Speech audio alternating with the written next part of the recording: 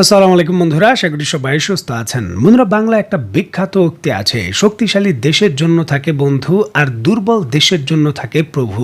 প্রশ্নটা হচ্ছে, বাংলাদেশ এখন দুর্বল নাকি সবল? বাংলাদেশের বন্ধু আছে নাকি প্রভু আছে? দেখুন, এই জিনিসগুলোর জটিলতা পরিষ্কারভাবে বুঝতে হলে সাম্প্রতিক কিছু ঘটনার উপর আমাদের নজর দিতে হবে।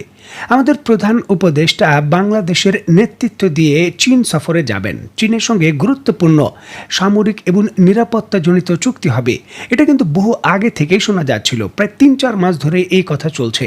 যখন চূড়ান্ত পর্যায়ে সময় এসে গেছে যে আমাদের উপদেষ্টা চীন সফরে যাবেন, তখন হঠাৎ করেই বাংলাদেশে জাতিসংঘের যিনি মহাসচিব রয়েছেন তিনি আসার সিদ্ধান্ত নেন।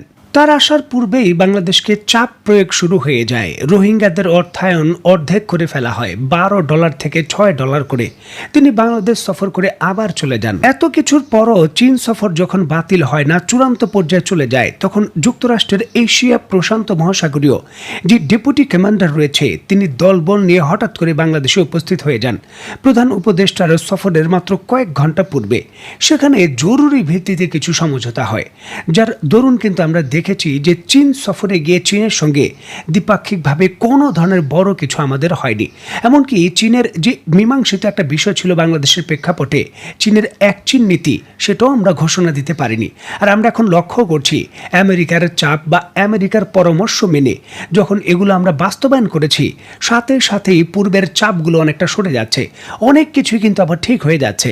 এই জিনিসগুলো অনেকটা যেন ম্যাজিকের মতো। যখন চীন সফরে গিয়ে চীনের এক চীন নীতি আমরা মানলাম না বা চীনের সঙ্গে বড় সহযোগিতার কোনো চুক্তি করলাম না, তখন রোহিঙ্গাদের খাদ্য সহায়তা যেটা কমিয়ে দেওয়া হয়েছিল $12 থেকে $6, সেটা হঠাৎ করেই কিন্তু আবার ঠিক হয়ে গেছে। $6 থেকে হঠাৎ করে $12 আবার হয়ে গেছে। জাতিসংঘ ঘোষণা দিয়ে বলেছে যে না, এখন থেকে $12 দেওয়া হবে। শুধু $12 নয়, $13 দেওয়া হবে, $1 বেশি যারা ভাষাঞ্চলে রয়েছে। চীন সফরের ব্যর্থতা হঠাৎ করে ম্যাজিকের মতোই যেন সকল কিছু ঠিক হয়ে যাচ্ছে। যে যুক্তরাষ্ট্রের ডোনাল্ড ট্রাম্প ক্ষমতায় এসে পৃথিবীর বিভিন্ন দেশে তাদের সহযোগিতা বন্ধ করে দিয়েছিল, হঠাৎ আবার রোহিঙ্গাদের জন্য তারা খুলে দিয়েছে। চীনের সঙ্গে বড় কোনো সম্পর্কে না যাওয়ার পুরস্কার হিসাবে বাংলাদেশের রোহিঙ্গাদের জন্য যুক্তরাষ্ট্র নজিরবিহীনভাবে $73 মিলিয়ন নতুন সহায়তা প্যাকেজ ঘোষণা করেছে। ওয়াশিংটনের পক্ষ থেকে গতকালকে এই ঘোষণাটা দেওয়া হয়েছে যে বাংলাদেশকে রোহিঙ্গাদের খাদ্য সহায়তা হিসাবে এই $73 মিলিয়ন অতিরিক্ত দেওয়া হবে। যদি চীনের সঙ্গে সম্পর্ক বৃদ্ধি করা হতো, তাহলে বাংলাদেশের জাতি উপকৃত হতো, বাংলাদেশের নাগরিকরা উপকৃত হতো। যুক্তরাষ্ট্রের শর্ত মেনে আমরা সেটা না করার কারণে এখন মায়ানমারের নাগরিক রোহিঙ্গারা উপকৃত হচ্ছে এবং রোহিঙ্গা সমস্যা দীর্ঘকালীন জিয়ে রাখার যে সম্পূর্ণ স্ট্রাকচার রয়েছে সেটাও পুনর্গঠন হয়ে গেছে।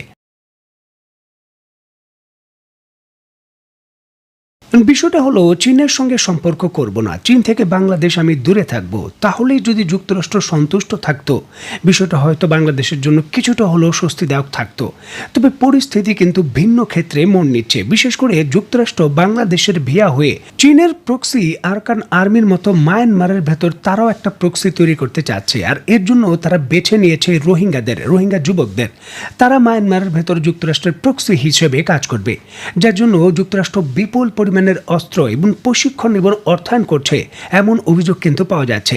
অত্যন্ত গুরুত্বপূর্ণ এই বিষয়টিকে কেন্দ্র করে বাংলাদেশের সংবাদ মাধ্যমগুলো কিন্তু খবর প্রকাশ করেছে। ব্রিটিশ সংবাদ মাধ্যম দ্য ইন্ডিপেন্ডেন্ট এই বিষয়কে কেন্দ্র করে সচিত্র প্রতিবেদন প্রকাশ করেছে যে কি করে বাংলাদেশের রোহিঙ্গা ক্যাম্পগুলো থেকে রোহিঙ্গা যুবকরা বর্তমানে মায়ানমারের জঙ্গলের ভেতরে এই সকল প্রশিক্ষণ নিচ্ছে এবং তারা যুদ্ধ করছে বিভিন্ন পক্ষের বিরুদ্ধে। দেখুন, যদি বাংলাদেশ রোহিঙ্গাদের সহযোগিতা করে স্বাধীন পরিস্থিতির জন্য ডাইভার্ট করে, সেটা একটা ভিন্ন বিষয়। বাংলাদেশের সেই সক্ষমতা রয়েছে কিনা সেটাও একটা প্রশ্ন। কিন্তু যুক্তরাষ্ট্র যদি বাংলাদেশের সীমান্তে ঘাঁটি গেড়ে এইভাবে প্রক্সি তৈরি করে এবং সহযোগিতা করে, সেটা কিন্তু একটি ঝুঁকিপূর্ণ পরিস্থিতি সরাসরি চীনের বিরুদ্ধে বাংলাদেশের জন্য তৈরি করবে। চীন অবশ্যই এই সার্বিক বিষয়টা তার রাষ্ট্রীয় নিরাপত্তার জন্য হুমকি হিসাবে বিবেচনা করবে, কারণ যুক্তরাষ্ট্র একটি সামরিক বাহিনী প্রক্সি প্রক্সি বাহিনী তৈরি করছে। অবশ্যই চীনের ক্রোধ থেকে বাংলাদেশ কিন্তু রেহাই পাবে না। যুদ্ধরত রোহিঙ্গারা মিয়ানমারের জঙ্গলের ভেতর যে সকল অস্ত্র ব্যবহার করছে, স্ক্রিনে নিশ্চয়ই আপনারা দেখতে পাচ্ছেন, সেগুলো কিন্তু যুক্তরাষ্ট্র বা পশ্চিমা বিশ্বের তৈরিকৃত। তেমনি জিনিসগুলোর ব্যাখ্যা করা এখন একটা কঠিন বিষয় হয়ে গেছে। জটিল পরিস্থিতি তৈরি হচ্ছে। কি করে অর্থায়ন হচ্ছে, কিভাবে অস্ত্র ঢুকছে, কারা প্রশিক্ষণ দিচ্ছে এই সকল রোহিঙ্গাদের, সেই সম্পর্কে সুনির্দিষ্ট তথ্য পাওয়া যাচ্ছে না।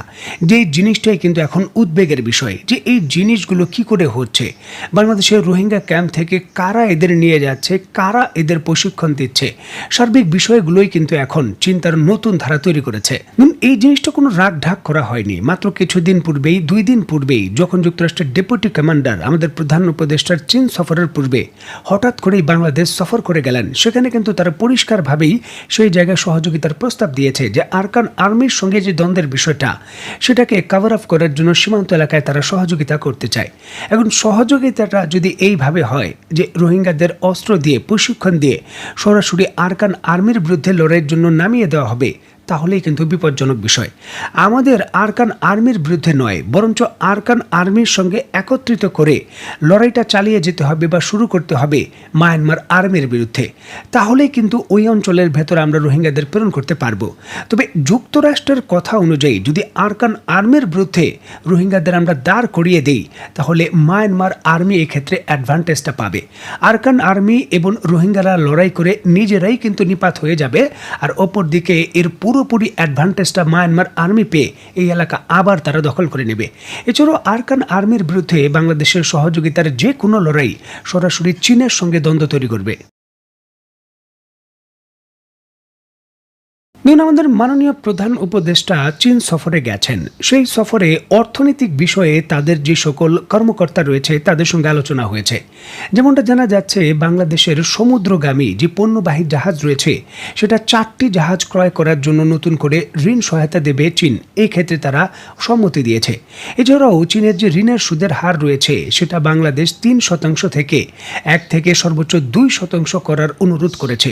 সেই বিষয়টাও চীন ভেবে দেখবে, এমনটা জানা যাচ্ছে। তবে সব থেকে গুরুত্বপূর্ণ যে বিষয়টা, আমাদের প্রধান উপদেষ্টা ডক্টর মোহাম্মদ ইউনূস এবং চীনের প্রেসিডেন্ট শি জিনপিং এর সঙ্গে আজকে বৈঠক হবে। আজকে সরাসরি এই 2 নেতা বৈঠক করবেন। এর উপরে কিন্তু নির্ভর করছে যে সার্বিকভাবে চীন সফরের সফলতা কিংবা ব্যর্থতা।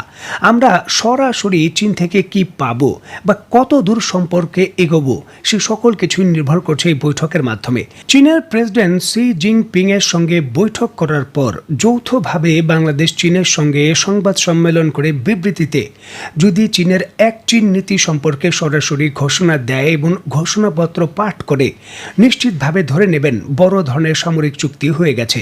বিষয়টিকে কেন্দ্র করে আলাদাভাবে আর বিবৃতি দেওয়ার প্রয়োজন নেই, মানে বড় কিছু হয়ে গেছে, যে সম্ভাবনা খুবই ক্ষীণ।